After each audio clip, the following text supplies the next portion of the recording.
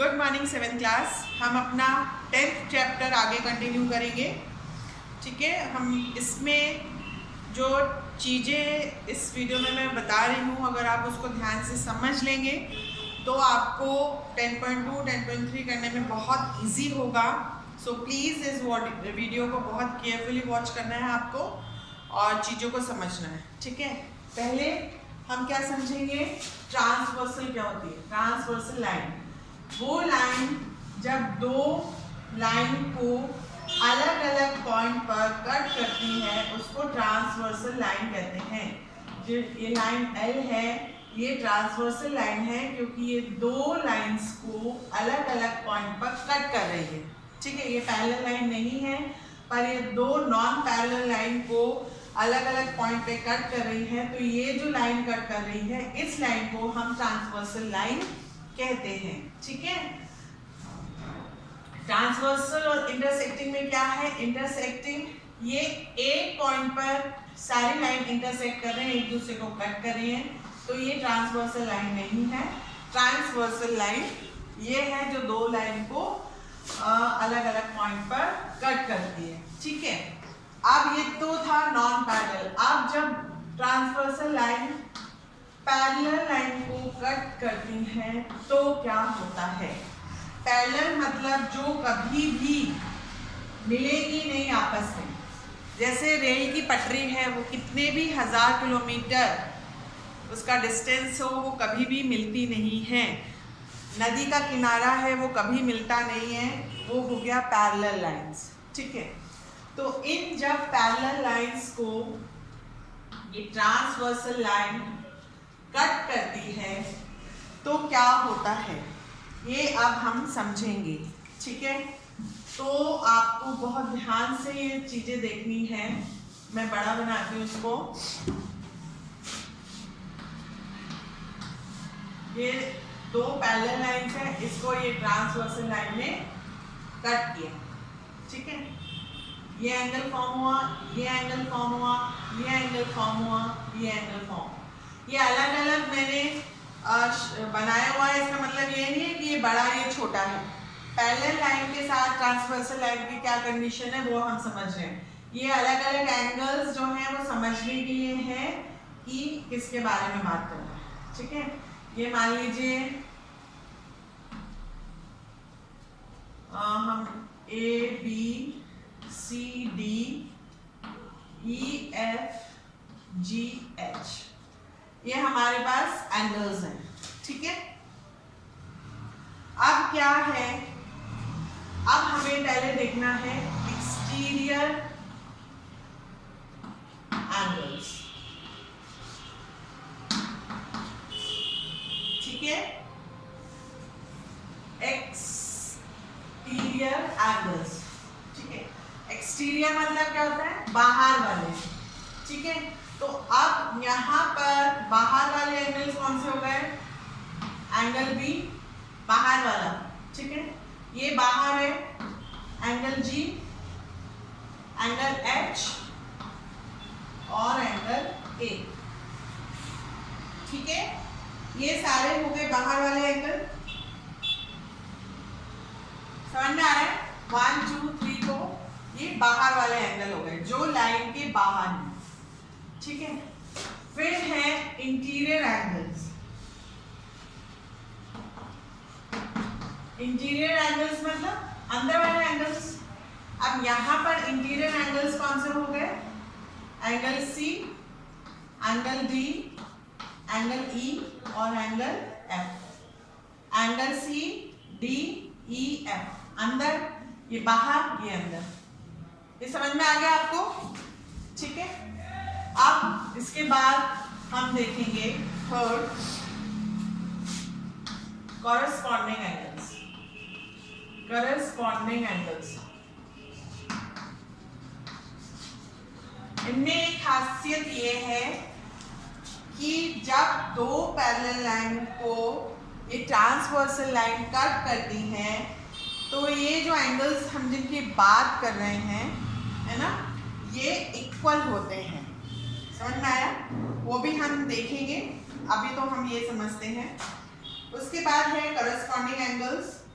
Corresponding angles मतलब कि जैसे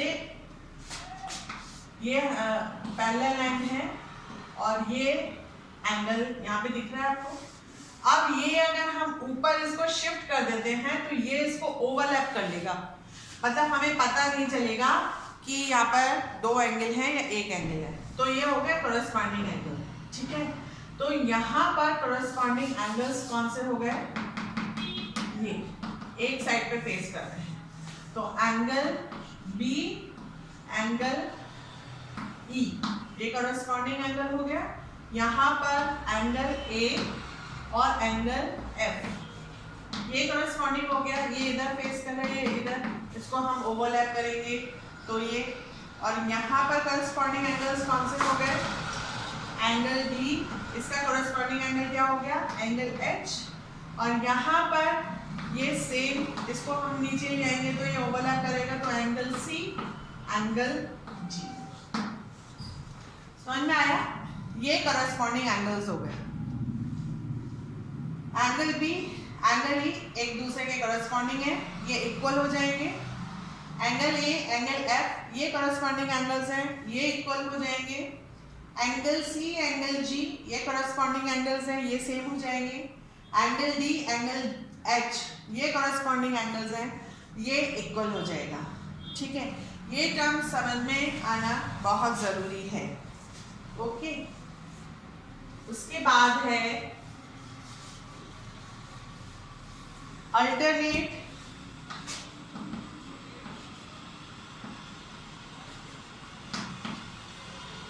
इंटीरियर एंगल्स।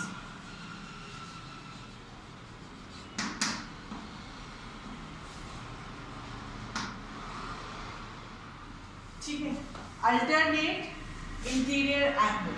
अल्टरनेट मतलब एक तो देखिए ये अपोजिट हो गया, ए का अपोजिट कौन सा हो गया, अपोजिट मतलब उल्टा, ए का अपोजिट सी, एंगल ए का अपोजिट एंगल सी, एंगल डी का opposite angle B, angle E का अपोजिट एंगल एच, इसको अपोजिट या अल्टरनेट भी बोल सकते हैं, एंगल एफ का अपोजिट एंगल जी।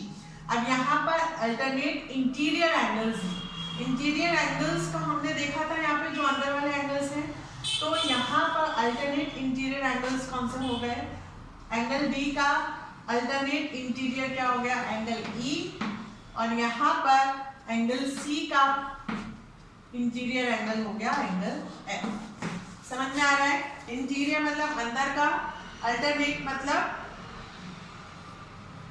अलग अलग फेस कर रहे हैं दोनों, ठीक है।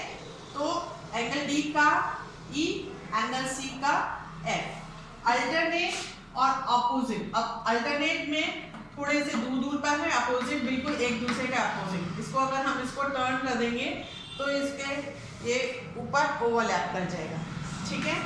ये टर्म हो गया।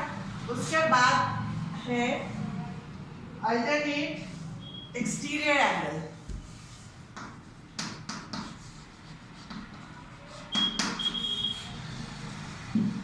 ठीक है, इंटीरियर एंगल हमने देखा, अब हम एक्सटीरियर एंगल देखेंगे कि अल्टरनेट एक्सटीरियर एंगल कौन से हैं, ठीक है। अब यहाँ पर देखिए, एक्सटीरियर मतलब बाहर, बाहर वाले, है ना। तो एंगल ए के एक्सटीरियर एंगल जो अल्टरनेट है वो कौन सा है, एंगल जी। और एंगल बी जो कि एक्सटीरियर एंगल है, इसका अल्टरनेट क्या है, एंगल एच। समझ में आया। एक्सटीरियर एंगल जो चारों हैं वो हम देख रहे हैं, अल्टरनेट देखेंगे जो अपोजिट साइड फेस कर रहे हैं। तो एंगल ए का जी, जी का ए, बी का एच, एच का बी, ओके, ये समझ में आ गया। और को इंटीरियर में हम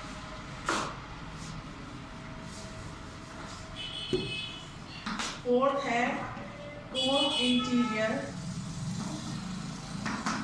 एंगल्स। इसको हम क्या बोलेंगे,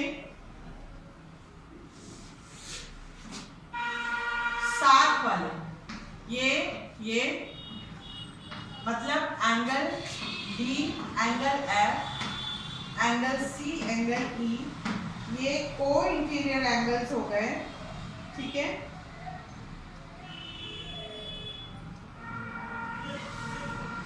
और जो कि इक्वल होंगे,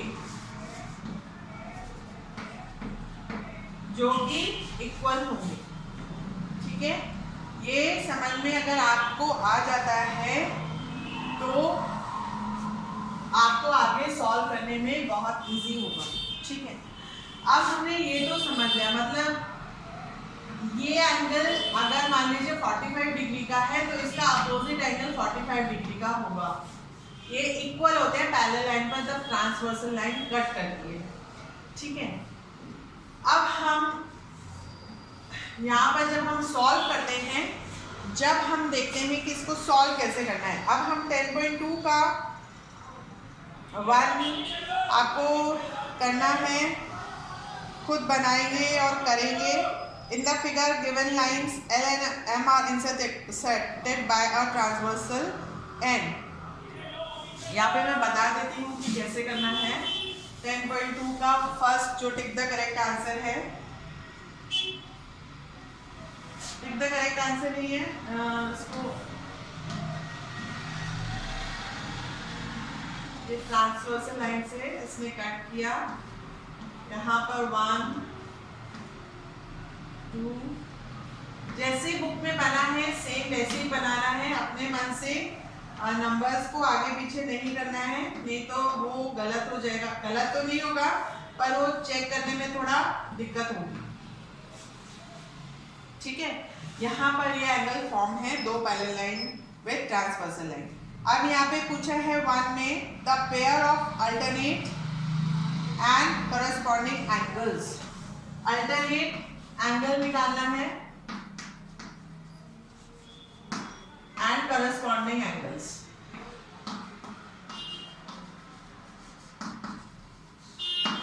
ठीक है। यहाँ पर अब आप अल्टरनेट एंगल्स, यहाँ पर कुछ भी नहीं दिया है, इंटीरियर या एक्सटीरियर, सिर्फ अल्टरनेट दिया है। तो अल्टरनेट में एंगल 2, एंगल 4, एंगल 1, एंगल 3, ये एक दूसरे की अल्टरनेट है, ठीक है। एंगल 2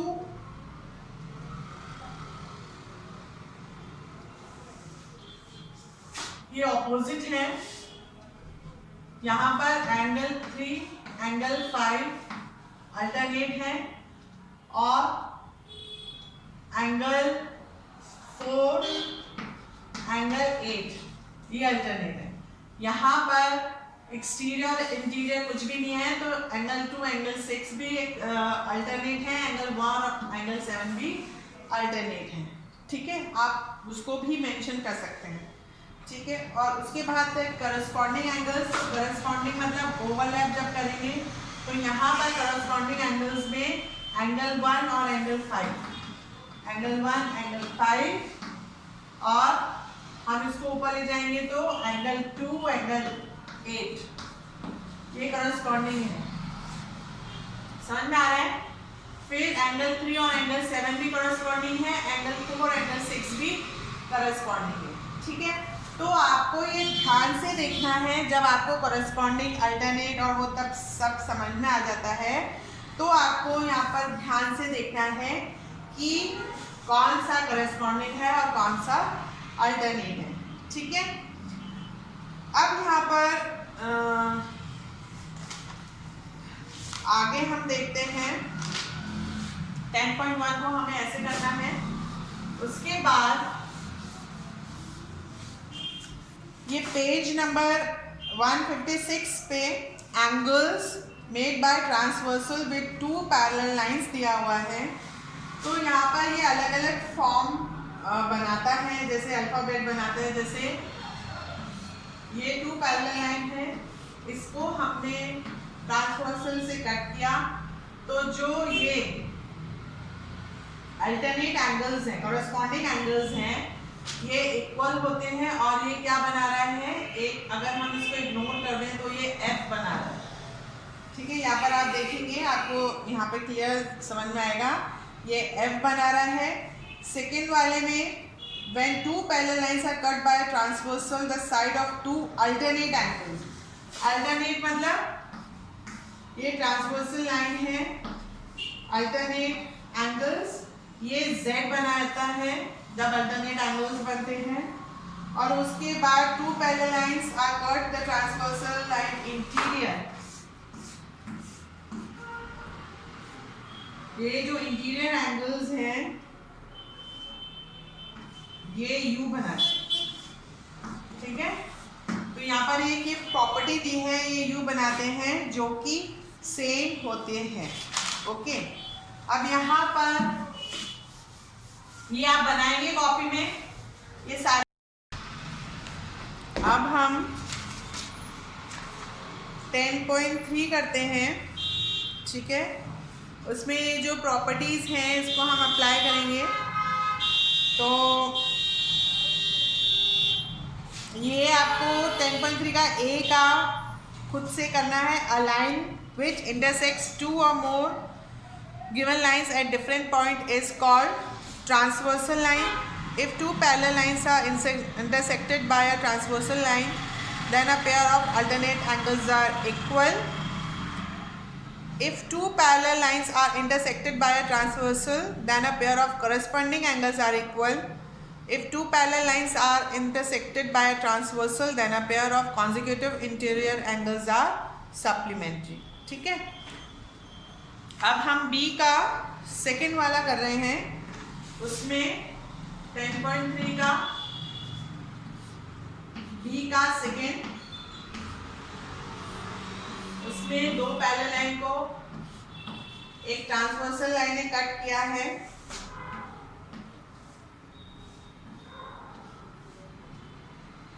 ये एंगल X है, एंगल Y 1150 और 115 और ये Z, ठीक है। तो यहाँ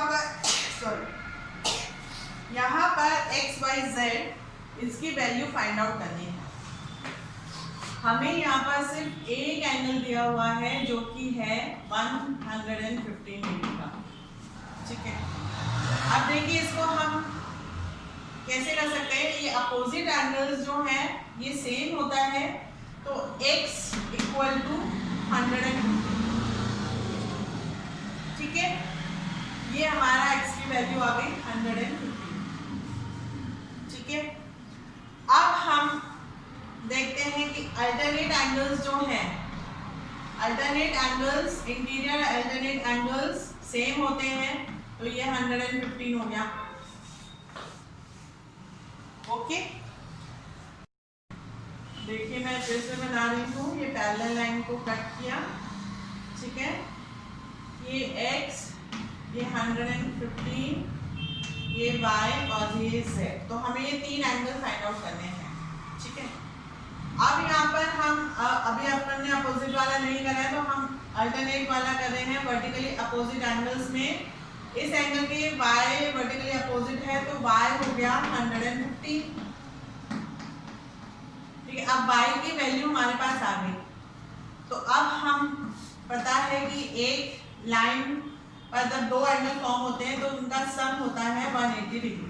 तो अब हमारे पास y है 115, z की वैल्यू फाइंड आउट करनी है और इनका सम होता है 180, तो एंगल z कितना हो जाएगा 180 माइनस 115, ये हो गया 65, ठीक है। ये हो गया 65, ओके। और हमने देखा था अल्टरनेट अपोजिट एंगल भी देखा था हमने, तो ये हो गया x की वैल्यू 150, ठीक है। ऐसे ही अगर हम मान लीजिए यहाँ पर हमें कोई एंगल दिया हुआ है, E दिया हुआ है, इसकी वैल्यू अगर हमें फाइंड आउट करनी है तो हमें पता है कि लीनियर पेयर होता है 115, तो इसकी वैल्यू 65 आएगी। तो x अगर हमारे पास 115 है तो दूसरा एंगल 65 आएगा, तो हमारे पास क्या हो गया x इक्वल टू 115, ठीक है, z इक्वल टू 65 डिग्री और y इक्वल टू 115 डिग्री, ठीक है। तो ये देखिए यहाँ पर अगर हम इस चीज को इग्नोर करते हैं तो ये लाइन बन रही है, ये दो पेयर बन रहे हैं, ये दो पेयर बन रहे हैं। तो लीनियर पेयर लगा सकते हैं हम। लीनियर पेयर के अकॉर्डिंग 180 डिग्री सम होना चाहिए। तो एक अगर हमें एंगल पता है तो दूसरा एंगल निकल सकता है। ऐसे ही ये लाइन बन रही है, यहाँ पे दो एंगल फॉर्म हो रहे हैं, एक एंगल पता है तो दूसरा एंगल निकल सकता है। ऐसे ही ये लाइन बन रही है, ये दो एंगल, एक पता है दूसरा निकल सकता है। सेम ये पता है ये निकल सकता है। तो हमें linear pair, opposite pair, corresponding pairs, ठीक है, alternate pairs, alternate interior exterior angles, ये सब अगर हमें क्लियर होगा तो हम ये सब बहुत इजी है, आराम से कर सकते हैं और हमें करना है। और बाकी के सम्स आप लोग कर लीजिएगा, जितना वर्कशीट में है वो तो करना ही है, बाकी के सम्स भी आप लोग अपनी कॉपी में कर लेंगे। ओके, और कोई भी डिफ़िकल्टी हो तो आप पूछ सकते हैं। और आप लोगों को अपना जो है प्रिपरेशन करते रहना है फाइनल एग्ज़ाम की भी। और टाइम बहुत है, स्कूल खुलेंगे उसके बाद तो देखते हैं, अभी टाइम है। आराम से नीट वर्क मुझे करके भेजेंगे। ये ज्योमेट्री कॉपी में वर्क होगा, पेंसिल से स्केल से खींचेंगे सब लाइन, कोई भी रफ हैंड से लाइन खींचेगा नहीं। कॉपी में लाइट खींचना है, ज़्यादा डार्क नहीं खींचना है, ज़्यादा रबिंग नहीं करनी है, नीट वर्क करके मुझे भेजना है। Okay, bye, take care.